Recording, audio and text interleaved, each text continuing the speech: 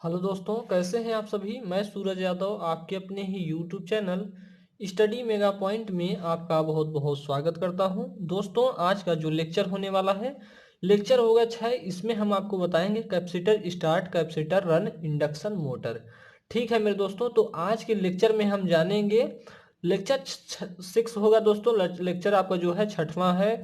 इसमें हम आपको सिंगल फेज इंडक्शन मोटर बता रहे थे। ठीक है मेरे दोस्तों, तो सिंगल फेज इंडक्शन मोटर का लगभग पाँच लेक्चर हो चुका है दोस्तों।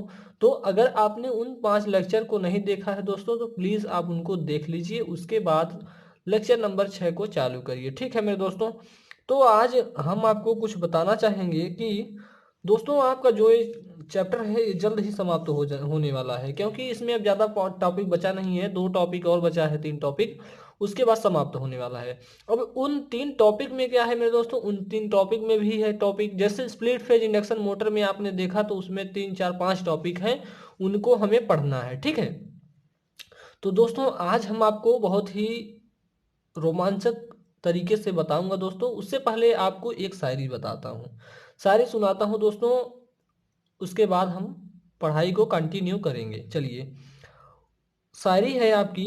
हुई अगर खता तो खता तो बता, हुई अगर खता तो खता तो बता, मैं बुरा हूँ, मैं अगर बुरा हूँ तो बुरा तो बता, मैं बुरा हूँ तो बुरा तो बता, करता हूँ तुमसे प्यार ये दोस्तों, करता हूँ तुमसे प्यार दोस्तों, चल मैं गलत हूँ तो तू सही तो बता।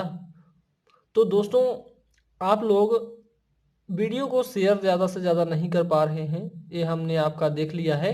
तो दोस्तों, आप ऐसी गलती क्यों कर रहे हैं मेरे दोस्तों। अगर मैं बुरा हूं तो बुराई तो मेरी बताओ दोस्तों, अगर मैं बुरा हूं तो मेरी बुराई तो बताओ, उसको मैं अपना सुधार करूंगा दोस्तों।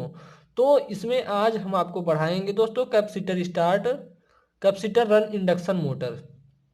तो भैया लोग, आप लोग अपना काम ये करिए कि जब आपका लेक्चर आपके चैनल पे अपलोड होता है तो आप लोग उसको देखिए और लोगों में भी शेयर कर दीजिए। ठीक है, जो लोग पॉलीटेक्निक कर रहे हैं मेरे दोस्तों, पॉलीटेक्निक 5th सेमेस्टर में हैं, उनको आप लोग ज़्यादा से ज़्यादा ग्रुप में जोड़िए। और टेलीग्राम चैनल है दोस्तों, अगर आपने टेलीग्राम चैनल को ज्वाइन नहीं किया है तो डिस्क्रिप्शन में लिंक है दोस्तों, आप वहाँ पे जाकर टेलीग्राम चैनल को ज्वाइन कीजिए, और जो आपका व्हाट्सएप ग्रुप है उसको भी ज्वाइन कर सकते हैं। ठीक है मेरे दोस्तों, तो वहाँ पे आपका जो भी क्वेश्चन पूछना है वहाँ पे आप पूछ सकते हैं, बिना किसी झिझक या डर के। ठीक है, तो चलिए आज के लेक्चर को हम स्टार्ट करते हैं। तो दोस्तों, आज के लेक्चर को स्टार्ट करने से पहले मैं आपको बताऊंगा कि जैसे आपने सभी मोटरों को पहले पढ़ा है, उसी प्रकार आपको इसको भी पढ़ना है। ठीक है मेरे दोस्तों, जैसे आपने पिछले 2 मोटरों को पढ़ा है वैसे ही आप capacitor start, capacitor run, induction motor को भी पढ़ेंगे। होता क्या था मेरे दोस्तों कि आपने पढ़ा था कि कैपेसिटर स्टार्ट इंडक्शन मोटर जो होता है उसमें क्या होता है, आपकी मेन वाइंडिंग होती थी, स्टार्टिंग वाइंडिंग होती थी, आप ऑक्सिलरी वाइंडिंग भी देखते थे, और रेजिस्टेंस भी देखते थे, इन सेंट्रीफ्यूगल स्विच को भी देखते थे। तो इन सभी चीज़ों को आपने देखते चले आए हैं, तो उन्हीं चीज़ों का यहाँ पे भी जिक्र है, थोड़ी चीज़ों का। तो यहाँ पे देखिए, वहाँ पे अगर हम कैपेसिटर स्टार्ट इंडक्शन मोटर देखते थे मेरे दोस्तों, तो वहाँ पे एक कैपेसिटर लगा था, एक सेंट्रीफ्यूगल स्विच और एक ऑक्सिलरी वाइंडिंग थी, और हमारी एक मेन वाइंडिंग थी। मेन वाइंडिंग कैसे कनेक्ट होती थी, इन इन तीनों के पैरेलल में। ठीक है, इन तीनों के समानांतर में जुड़ी रहती है। लेकिन यहाँ पे हम बात करेंगे दोस्तों capacitor start, capacitor run, induction motor की। तो इसमें क्या होता है कि इसमें सारी चीज़ें वही रहेंगी, बस यहाँ पे हमारा काम क्या हो जाएगा कि हमारा एक तो कैपेसिटर स्टार्टिंग के लिए जुड़ा होगा और एक कैपेसिटर हमारा सप्लाई में लगा होगा। ठीक है, तो इतना आपको ध्यान में रखना होगा। तो चलिए देखते हैं क्या है। इस प्रकार के इंडक्शन मोटर में कैपेसिटर सेंट्रीफ्यूगल स्विच के साथ, जो हमारा कैपेसिटर होगा सेंट्रीफ्यूगल के स्विच के साथ कनेक्ट स्टार्टिंग वाइंडिंग के साथ सीरीज में जोड़ा जाता है। तो दोस्तों, यही चीज़ तो हमने आपको बताया कि जो हमारा इंडक्शन मोटर होता है, कैपेसिटर सेंट्रीफ्यूगल के साथ, सेंट्रीफ्यूगल स्विच के साथ कनेक्ट स्टार्टिंग वाइंडिंग के साथ सीरीज में, जो हमारी स्टार्टिंग वाइंडिंग होगी उसके क्या होगा, सीरीज में कनेक्ट होता है, यानी जोड़ा जाता है। और एक कैपेसिटर भी स्टार्टिंग कैपेसिटर के समानांतर में जोड़ दिया जाता है। जो हमारा स्टार्टिंग कैपेसिटर होगा उसी के समानांतर में हम एक कैपेसिटर को और जोड़ देते हैं। ठीक है, तो इतनी बातें आपको ध्यान में रखनी है मेरे दोस्तों। आगे क्या है, हम आपको भी फिगर के माध्यम से भी बताऊंगा कि यहाँ पे लिखने का कैसे कैसे लिखा जाता है मेरे दोस्तों। आप लोगों को कुछ नहीं करना है, बस आप लोगों को फिगर समझना है बस। अब आगे क्या है, इस कैपेसिटर का उपयोग मोटर को प्रारंभ में स्टार्ट करने के लिए किया जाता है। जो हमारा सेंट्रीफ्यूगल वाला कैपेसिटर है उसके बगल में एक जो पैरेलल में हम लगा रहे हैं कैपेसिटर, उसका बात किया जा रहा है मेरे दोस्तों। इस कैपेसिटर का उपयोग मोटर को प्रारंभ में स्टार्ट करने के लिए किया जाता है।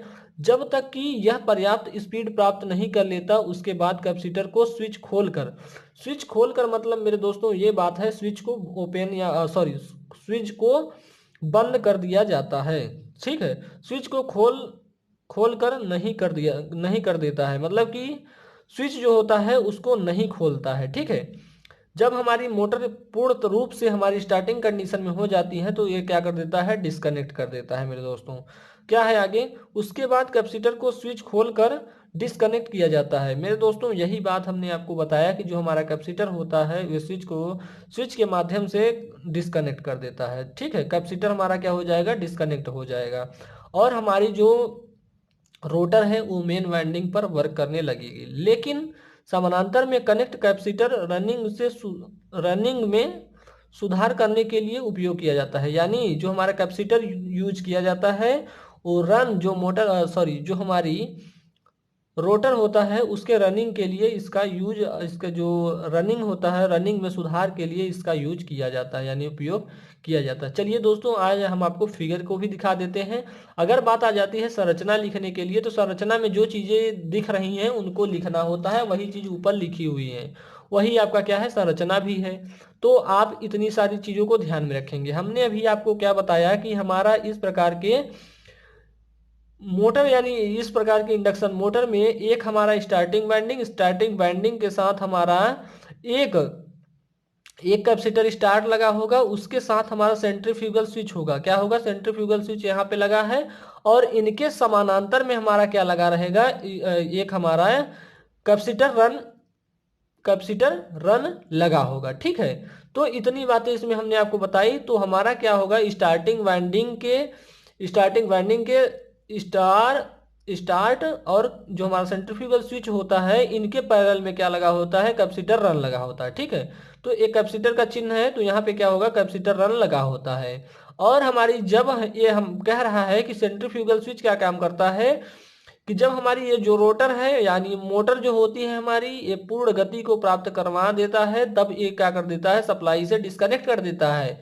जैसे आपने पढ़ा था उसी प्रकार यहाँ पे भी है। तो सप्लाई से जब हमारा ये डिस्कनेक्ट कर देता है तो ये हमारा ओपन सर्किट की भांति व्यवहार करने लगता है, जिससे हमारी सप्लाई क्या हो जाती है, डिस्कनेक्ट हो जाती है। ठीक है मेरे दोस्तों, तो ये हमारा जो मेन वाइंडिंग है एक सिंगल वाइंडिंग पर वर्क करने लगेगा। ठीक है, और यहाँ पे हम देखेंगे तो हमारा वोल्टेज सोर्स है। अगर हम वोल्टेज सोर्स को न लगाते हैं तो यहाँ पे एक पी पॉइंट हो जाएगा, एक फेज और एक यहाँ पे न्यूट्रल हो जाएगा। इतनी बातें आपको ध्यान में रखनी है।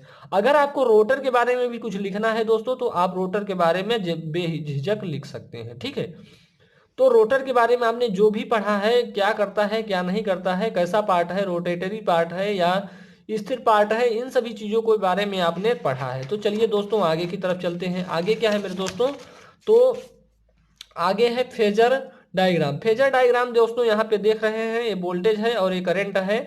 और यहाँ पे देखिए ये करंट क्या कर रहा है, जो हमारा फाई आर है ये अधिक है 90 डिग्री से। ठीक है, और यहाँ पे आई एम जो है ये कौन सी करंट है मेरे दोस्तों, ये आपकी मेन वाइंडिंग की करंट है। ठीक है, तो फेजर डायग्राम आपने देख लिया होगा। आइए इसका थोड़ा सा ये देख लेते हैं, phasor diagram capacitor start induction motor, इसको भी देख लेते हैं दोस्तों। ये भी आपके एग्जाम में आ सकता है। आने की बात क्या है मेरे दोस्तों, ये आपका फेजर डायग्राम तो नहीं, लेकिन हाँ पूरा आपका आ सकता है। Capacitor start capacitor run induction motor क्या होता है, इसकी अभिलक्षण भी बताइए। ठीक है, तो अगर फेजर एंगल पूछता है या फेजर डायग्राम पूछता है तो आप इसको बना सकते हैं। किसके यहाँ पे देखिए टॉर्क होगा, यहाँ पे हमारी स्पीड होगी। ठीक है, तो हमारी ये हो गई मेन वाइंडिंग और ये हो गई हमारी ऑक्सिलरी वाइंडिंग, जिसे आपने देखा है, या स्टार्टिंग वाइंडिंग। ठीक है मेरे दोस्तों, तो यहाँ पे क्या होता है, अभी हमने यहाँ पे देखिए ये मैक्सिमम पॉइंट पे यहाँ पे NO लिख दिया है, ये हमारा स्विच हो गया। मेरे दोस्तों ये मैक्सिमम पॉइंट पे हमने क्यों लिया, ये स्विच लगाया है यहाँ पे NO क्यों लिया है, तो आपको पता होना चाहिए कि जो हमारी मोटर होती है उसको हम क्या करते हैं, इन सभी चीज़ों का जो यूज करते हैं, हमारी जो मोटर होती है फुल स्पीड पकड़ लेती है तभी हमारा स्विच क्या करता है, डिस्कनेक्ट करता है। अगर बात आती है यहाँ पे हमारा स्विच डिस्कनेक्ट कर देता है तो मोटर क्या हो जाती है, रनिंग कंडीशन में नहीं आ पाती मेरे दोस्तों। इसीलिए क्या होता है, मैक्सिमम पे हमने क्या किया कि जो हमारी स्पीड होती है मैक्सिमम पे पहुंच जाती है तभी हमारा जो स्विच होता है, सेंट्रीफ्यूगल स्विच होता है, सप्लाई से डिस्कनेक्ट कर देता है कैपेसिटर वाइंडिंग को। ठीक है, कैपेसिटर को डिस्कनेक्ट कर देता है। इतनी बातें आपको समझ में आ गई होगी दोस्तों।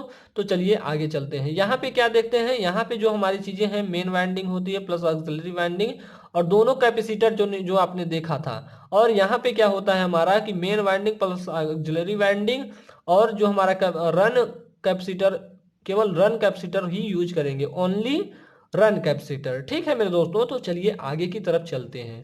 आगे क्या है, आपका एप्लीकेशन है मेरे दोस्तों। एप्लीकेशन से आपको डरना नहीं है। आपका एप्लीकेशन वो वाला नहीं है कि आपको आपके नाम पे एफआईआर किया जा रहा है। एफआईआर नहीं है मेरे दोस्तों, आप लोग जरा सा भी न घबराइए। अभी आप लोग 18 साल के हो चुके होंगे, आप लोग जाने से घबराते भी होंगे। ठीक है, तो वो घबराने की कोई बात नहीं है मेरे दोस्तों। ये एप्लीकेशन मतलब होता है इसका यूजेस कहाँ पे है। ठीक है, तो यहाँ पे हमने जैसे अभी इसके पहले कैपेसिटर स्टार्ट मोटर देखा था, तो दोस्तों वहाँ पे भी कुछ यही चीज़ें आएंगी। जैसे हमने कुछ चीज़ें वहाँ पे पढ़ा था, उसी प्रकार यहाँ पे भी कुछ चीज़ें हमें पढ़ना होगा।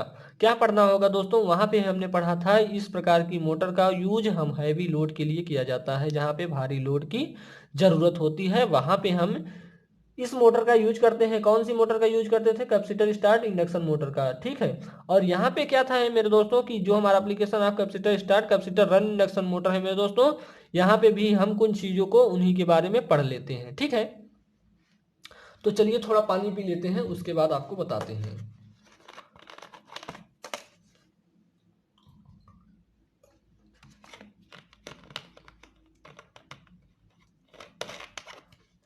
तो दोस्तों यहाँ पे है आपका एप्लीकेशन। एप्लीकेशन कैसे लिखा जाता है ये हम आपको बताते हैं।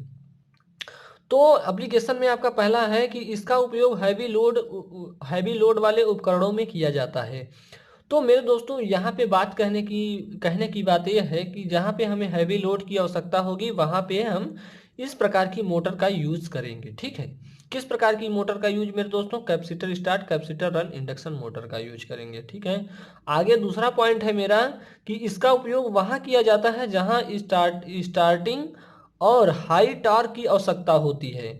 यानी कहने की बात यहाँ पे ये है मेरे दोस्तों, यहाँ पे स्टार्टिंग और हाई टॉर्क की आवश्यकता होती है, यहाँ वहाँ पे हम capacitor start capacitor run induction motor का यूज करेंगे। अब आपको एग्जाम में कैसे लिखना है कि जो हमारा कैपेसिटर स्टार्ट और कैपेसिटर रन इंडक्शन मोटर होता है इसका उपयोग हैवी लोड वाले उपकरणों में किया जाता है। तो ये एक लाइन हुई मेरे दोस्तों, यहाँ पे थोड़ी लाइन और बढ़ जाएगी, इससे आपका देखने में अट्रैक्टिव हो जाएगा, ज़्यादा ना लिखना पड़े दोस्तों यहाँ पे नोट्स में, इसलिए मैंने इन सभी चीज़ों को थोड़ा शॉर्ट में लिखा है। लेकिन आपको एग्जाम में ऐसे नहीं लिखना है। एग्जाम में कैसे लिखना है, लिखना है capacitor start capacitor run induction motor का उपयोग हैवी लोड वाले उपकरणों में किया जाता है। आगे क्या लिखेंगे, capacitor start capacitor run induction motor का उपयोग वहां पे किया जाता है जहां लगातार स्टार्टिंग और हाई टॉर्क की आवश्यकता होती है। आगे क्या लिखेंगे, तीसरी पॉइंट क्या लिखेंगे, capacitor start capacitor start capacitor run induction motor का प्रयोग हम कंडीशनर रेफ्रिजरेटर और पंप में उपयोग किया जाता है। तो दोस्तों आपने यहाँ पे इन सभी चीज़ों को देख लिया होगा और समझ भी लिया होगा। एप्लीकेशन हम आपको एक बार और बताएंगे, उसके बाद यह लेक्चर को समाप्त कर देंगे। ठीक है मेरे दोस्तों, तो क्या है एप्लीकेशन में आपको लिखना पहला है, पहला पॉइंट आप यही लिखेंगे, इसका उपयोग हैवी लोड के लिए किया जाता है। तो क्या लिखेंगे आप, इसका उपयोग हैवी लोड वाले उपकरणों में किया जाता है। तो हैवी लोड वाले इंस्ट्रूमेंट में हम कर रहे हैं दोस्तों किसका, capacitor start capacitor run induction motor का। दूसरा पॉइंट हो जाएगा मेरे दोस्तों कि इसका उपयोग वहां किया जाता है जहां लगातार स्टार्टिंग और हाई टॉर्क की आवश्यकता होती है। दूसरी पॉइंट तो आपको समझ में आ गया होगा। अब तीसरी पॉइंट क्या है, एयर कंडीशनर रेफ्रिजरेटर और पंप में उपयोग किया जाता है। एयर कंडीशनर मतलब मेरे दोस्तों होता है कि आपका जो घरों में एसी लगा होता है वो एयर कंडीशनर होता है। रेफ्रिजरेटर क्या होता है मेरे दोस्तों, आपने अपने घरों में सब्जियां और पानी को ठंडा करने के लिए, जैसे हमारी सब्जियां हो बच जाती हैं शाम को, तो उसमें क्या रखते हैं, सुबह रख देते हैं रेफ्रिजरेटर में, तो हमारा जो सब्जी होता है वो ख़राब नहीं होता है। ठीक है मेरे दोस्तों, इसलिए हम रेफ्रिजरेटर का यूज करते हैं। तो वहाँ पे भी हमारा capacitor start, capacitor run, induction motor का यूज किया जा रहा है। कहाँ पे? रेफ्रिजरेटर में, एयर कंडीशनर में। और हमारा पंप में किसका प्रयोग किया जा रहा है? Capacitor start, capacitor run, induction motor का प्रयोग किया जा रहा है। ठीक है मेरे दोस्तों। तो दोस्तों आज के लेक्चर में हम यहीं तक बातें करेंगे, और इसके आगे के लेक्चर में हम आपको बताएंगे इसके आगे का पार्ट। ठीक है मेरे दोस्तों। तो दोस्तों अगर आपको यह जो टॉपिक है capacitor start, capacitor run, induction motor, अगर आपको अच्छा लगा हो तो वीडियो को शेयर कर दीजिएगा। और अच्छा लगा हो कि नहीं सर कुछ हमें समझा पाए हैं, अगर मैं आपको 1% भी समझा पाया हूँगा दोस्तों, तो आप प्लीज़ लाइक कर दीजिएगा और अपने दोस्तों में शेयर कर दीजिएगा। ठीक है। तो चलिए दोस्तों आज के लिए इतना ही, आपसे मिलते हैं हम नेक्स्ट लेक्चर में। और आप लोग क्या करिए, रिवीजन करना चालू कर दीजिए। ठीक है मेरे दोस्तों, आपने जो पिछला चीज़ें कुछ पढ़ी है उनको आप प्लीज़ रिवीजन करना चालू कर दीजिए दोस्तों, क्योंकि आपका एग्ज़ाम 8 मार्च से चालू होने वाला है। कहाँ से चालू होगा? 8 मार्च से चालू होने वाला है। तो दोस्तों आज के लिए इतना ही, मिलते हैं आपसे नेक्स्ट लेक्चर में। जय हिंद, जय भारत।